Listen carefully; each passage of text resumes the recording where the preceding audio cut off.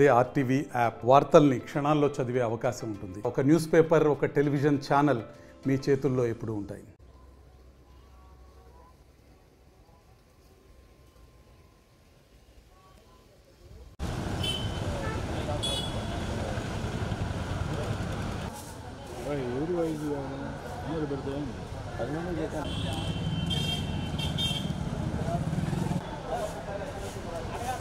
ఆ పీరియడ్లో మన ప్రభుత్వం హాస్టల్స్ విషయంలో జిల్లా కేంద్రంలో చాలా నిర్మాణాలు చేస్తూ ఉంది. దీనిలో ఎమ్మెల్యే గారి చొరవ, అదేవిధంగా ఎంపీ గారి కృషి ఇవన్నీ కూడా ఉన్నాయని చెప్పి తెలియజేసుకుంటూ మేయర్ గారు కూడా చెప్తున్నారు. దీని విషయంలో కూడా నేను కూడా ప్రత్యేకంగా దృష్టి పెట్టామని చెప్పి చెప్తున్నారు.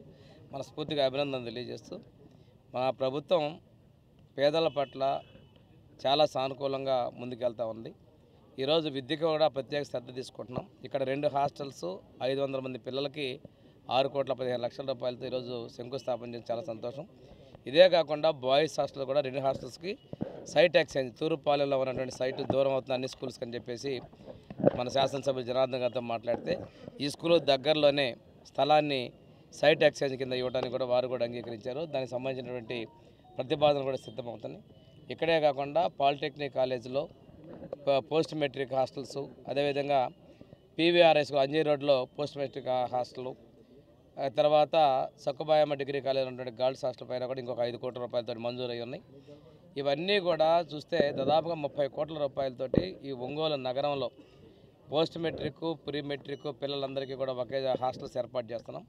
హాస్టల్స్ కూడా 1-2 ఆడపిల్లలు కలిపి ఒకే చోట పెట్టే ఉద్దేశం ఏంటంటే సెక్యూరిటీ ప్రధాన లక్ష్యంగా తీసుకుంటున్నాం.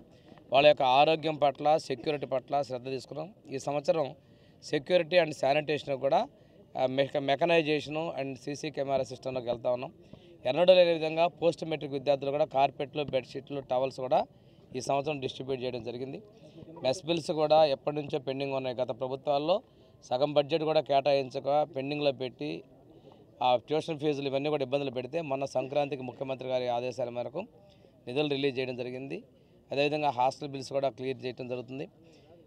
ఈ రోజున తీసుకున్నట్లయితే సామాజిక భద్రతకి, అదేవిధంగా విద్యకి, ముఖ్యంగా గురుకుల పాఠశాలలు, వసతి గృహాల మీద ప్రత్యేక దృష్టి పెట్టినటువంటి ఎన్టీ రామారావు గారి యొక్క ఆలోచనలకు అనుగుణంగా మా ప్రభుత్వం ముందుకు పోతుందని తెలియజేసుకుంటూ ఇంజనీరింగ్ శాఖ అధికారులను కూడా వీళ్ళందరూ త్వరగా పూర్తి చేయాలని చెప్పేసి మేము ఆదేశించడం జరిగింది. చాలా సంతోషకరంగా ఇక్కడి నుంచే ప్రారంభం మొదలవుతుంది సంక్షేమ హాస్టల్స్ నిర్మాణం రాష్ట్రంలో.